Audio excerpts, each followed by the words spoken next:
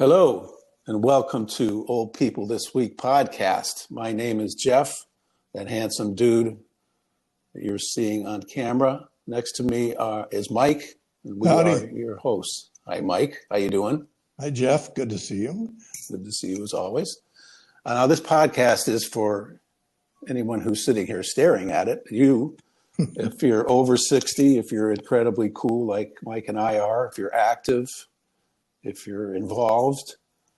But if you subscribe to the I've fallen and can't get up school of aging, this podcast is probably not for you. Every week, Mike and I dive into the stories that are buried beneath the headlines, stories about love, sex, crime, basically everything you need to know this week to impress your friends at the golf course, the gym, playing pickleball, or of course, at happy hour. So we'll just jump right into it. Mike, the 800-pound gorilla in the room that we cannot start this without, we have to start off with, is the Golden Bachelor. Because as I have come to suspect, most people our age or even younger are watching this thing religiously. As a matter of fact, I have a 27-year-old son who watches it with his girlfriend every week. They find it fascinating. Yeah, but based on the numbers, I mean, it's striking a chord. It's like the crack cocaine of current television. I mean, everybody's watching it. It's that train wreck mentality. You can't take your eyes off of it. You know, what's Gary, spelled Jerry, but what's Gary up to next? Now, I don't know if you watched this most recent episode, but there were 6 women left, and he's basically told at the start of it that 3 of them are leaving, and that the 3 that will remain, he's going to go hometowning with next week. So he'll be visiting their hometown. Yeah, big deal. So I wonder if they do like a parade because he's in town, like they do on The Voice, where they go to their high school and everybody cheers them on. Or yeah, maybe. I mean, but if they're the promo that they showed, in which he was at the home of one of the last remaining ladies, it gets kind of real because there was little grandkids there, and they're saying, "Are you going to marry our grandma?" Yeah, it's ay time, because all of a sudden he's like, he get this lump in his throat, and he's like, I don't know. I don't know yet. Yeah, I don't know yet. But he's going to have to make that decision, and that's going to be ugly. But and he's gotten to this place where he's not very comfortable handing out the roses because he knows he's kind of a guy who doesn't want people to think bad of him, and this show is forcing him to be the heavy, to be a jerk. And he doesn't like it, and so he's getting more and more. It's getting more and more tension filled, and he's getting more anxious about his decisions to who's going to stay on the show and who's going away. But what I wanted to ask you, and this is the key issue for me, is one: do you think the guy, Gary, is phony or not? If this is just a giant act, and 2, regardless of that answer, whether he is or not, will he go through with it and marry the person who's the last woman standing? What do you think? I think I think it would be hard to conclude that he's anything other than a decent guy, a nice guy. I mean, he's been through some stuff like we all have. The one impression I've gotten lately, and I admit I didn't see the last episode, but I watched the previous episodes. I've seen him get to be a little more aware of the camera and of being on camera. And I've seen some really subtle adaptations in how he acts and how he reacts. As to whether or not he actually pulls the trigger and marries the final candidate, I don't really have a feel for it yet, because I think he's still pretty heavily wired into life as it has been for him since his wife passed away. I mean, he's got a level of comfort and he has a presence with his kids. He has a circle of friends, and I think it would take a a big step, and he'd have to truly be taken by whoever the final candidate is Yeah. to marry her. And maybe it just winds up being an engagement, and they go after the show and they go discover whether or not they really want to get married. Who knows? I have a feeling that, yeah, I mean, you're under a lot of pressure when you get to that last episode to Yeah. get down on a knee and ask them to marry you. And I think you're right. I think that for the purpose of what he's doing, basically a star of a reality show, he's going to get down on his knee and he's going to ask her to marry him. And then as soon as the camera's off, well, either he's running to the hills or he actually will stay and go through with it. It's just he was the perfect guy for this thing. I agree with you. I think if you take him at face value, he's a nice guy, I don't know. It's not me. Let me put it this way. But it would have to be it takes that certain. If normal guys would look at the final six and say, "All right, you four go home. You two stay here. Make it quick and not." Yeah, let's get in the hot tub and see who wins. Get in the hot tub. We'll see. At the end of the hot tub section, we'll know who's going to be the wife or not. Anyways. That's all I can say on The Golden Bachelor. I'm going to watch it this week. I'm going to go hometowning with him and see how he does. That's gonna be very interesting. I love those bits in these kinds of shows because people come out of the woodwork and all sorts of unexpected things could happen. So yeah. Well, anyways, I'm moving on. The next thing that you and I have been obsessed with for the last few weeks, and it's. We've talked about it quite a bit, and now we're going to share some of those conversations is on human composting. Who knew? Who knew? So for any of you out there who don't never heard of this, it's basically traditionally, at least in the traditions that I grew up with, and in my lifestyle and my life, the people passed away. Then they went to a funeral home. They were filled up with formaldehyde. They were put into a casket. They were shown at a showing, and then driven to a cemetery and put into the ground. And then they put a headstone above them, and that's it. But even in my lifetime, the idea of people being cremated has become much more popular, not so, where people are not looking at it like that's some kind of a weird thing to do. That's, cremated is no big deal. But this is the new way. This is the eco-friendly way to get put to eternity, and that is to be composted and turned into mulch. And there are various ways to do it. They vary by state, by the way, as to how you can either put somebody in a box with certain chemicals and that helps break down the body and then it vanishes. Or in some states, they're actually going to allow you just to take the body and put it directly into the ground. Cover it over. Yeah, and go over. And you read about this. This is pretty crazy, right? As we talked about it before, the first I ever heard of it was just 2 or 3 weeks ago, watching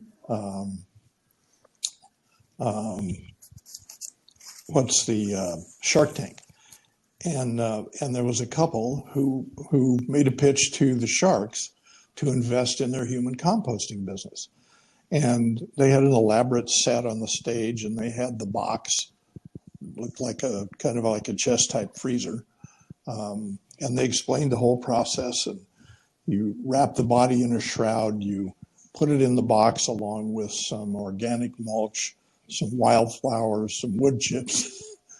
And according to them anyway, in 45 days, based on the right balance of nitrogen and oxygen and all the other components, the body literally decomposes and becomes soil.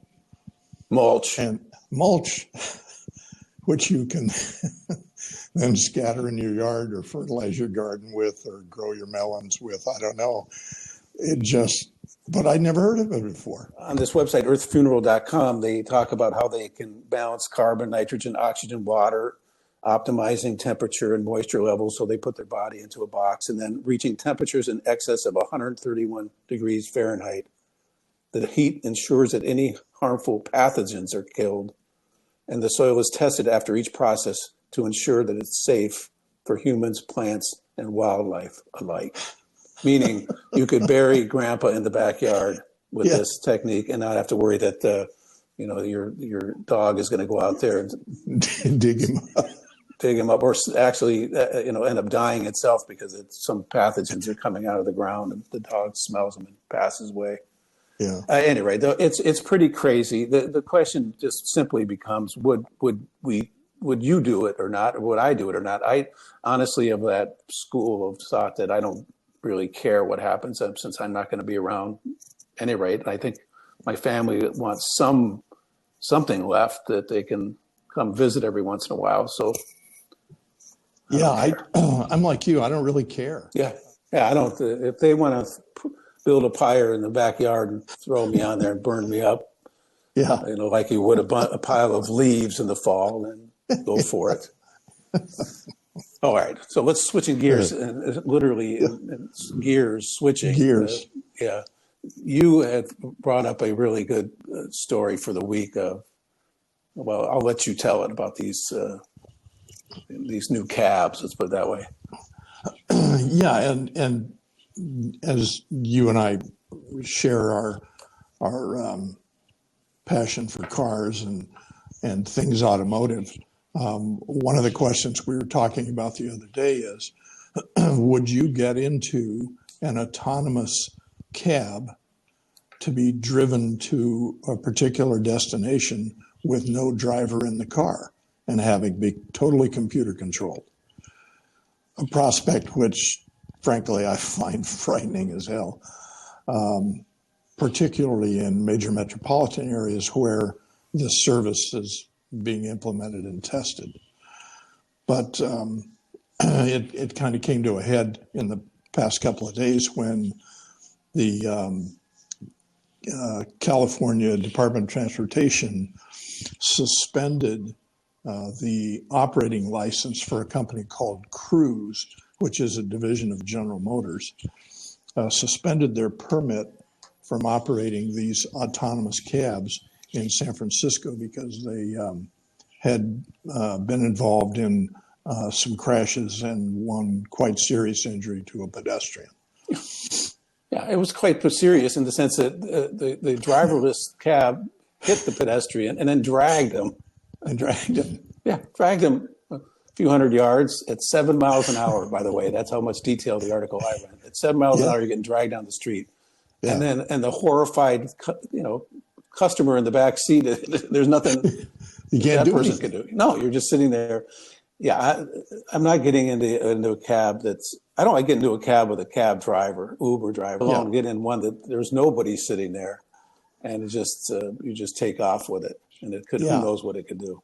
And I thought it was interesting that despite local officials' objections and first responders' objections, the California PUC went ahead and approved the operating permits for these cabs in August of 2023. And since then, according to the study I saw,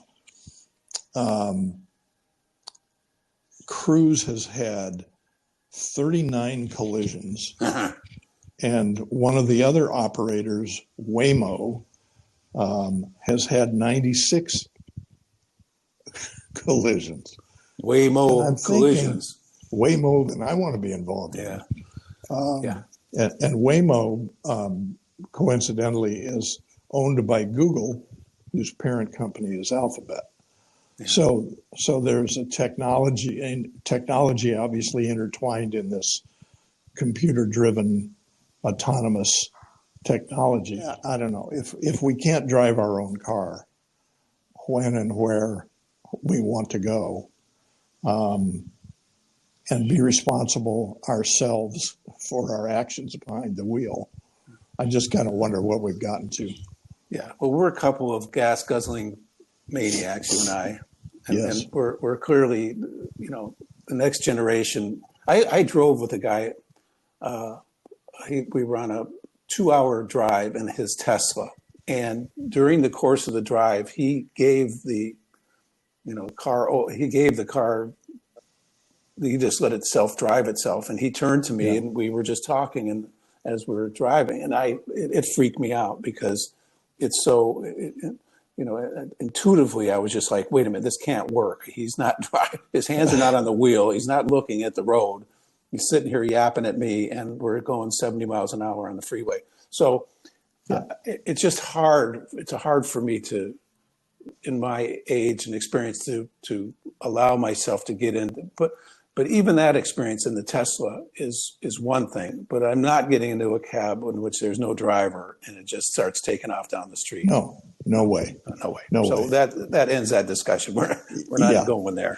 I'm not going. And if I go to San Francisco, I'm going to make sure I stay away from. If I see a car just coming at me and there's no one behind the wheel, I'm running for my life.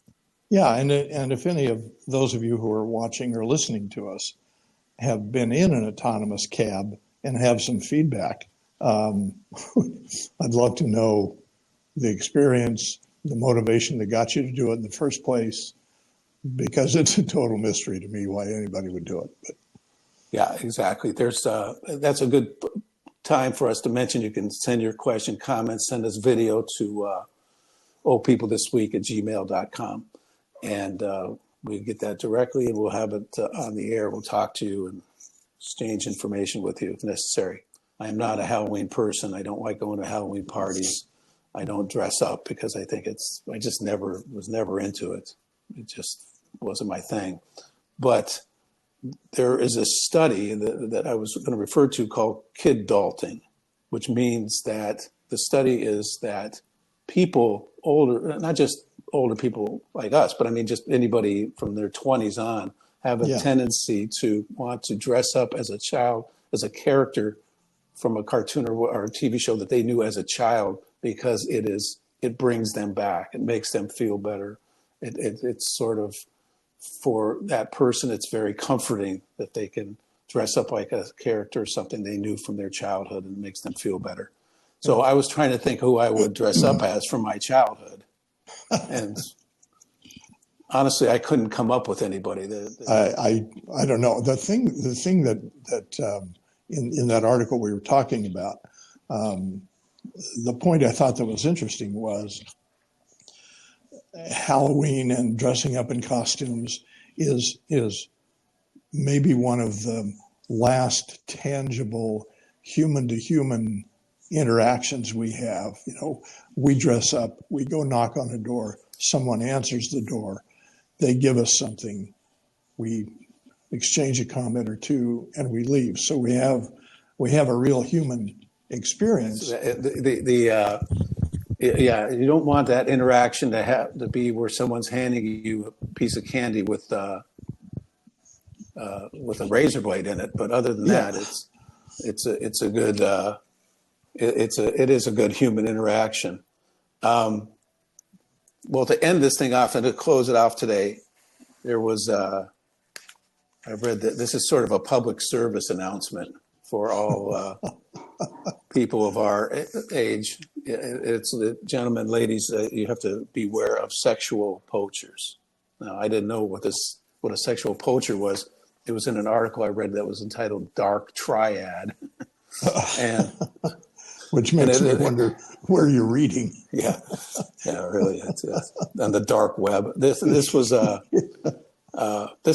was an article about how people. It wasn't just solely about men or women, though. That a lot of the article was about women who do this. That they break up very successful marriages by hunting an attractive prey, in which case it might be someone like you. You're an attractive prey. Weaving a web of addiction. You need to get out more. Sexually ensnaring them, and then cleaning out your bank account. Yeah. So you've been warned, and so if you're out at a bar and you're by yourself, and somebody starts coming on to you in a really salacious way, I would beware.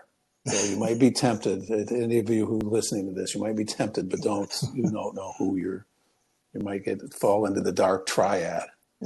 Print up some small cards that say "No sexual poachers," and put those on the bars. Yeah. All right. Well, anyways, but everybody, I did have one last. I was going to give you my 5 all-time fright flicks, the scariest yeah, movies yeah. of my that. So number 5, Rosemary's Baby, an old from 1968, Send you directed by, screaming from the room. you did, Roman Polanski Yeah. directed. It's brilliant and it's scary. Number 4, The Shining, Jack Nicholson. Love Jack. That was a great, great movie, scary. Number 3, Nightmare on Elm Street, which, by the way, was the film debut of Johnny Depp, was in that movie. That was scary. Number 2, the ultimate ghost movie, which is Poltergeist to me. That's it, the original Poltergeist, the That was Steven good. Spielberg produced one. And then finally, there can be no other, but the original Halloween with Jamie Lee Curtis, directed by John Carpenter. Anyways, thank you very much for joining us. Again, you can reach out to us at oldpeoplethisweek@gmail.com. And there'll be an Instagram site for you to check out. And we'll see you next week, everybody. Have a great one. We'll see you next week. See you next week. We may be getting older, but we're not getting old. There you go. I love that. Okay. Thank you. Bye. Okay. Bye.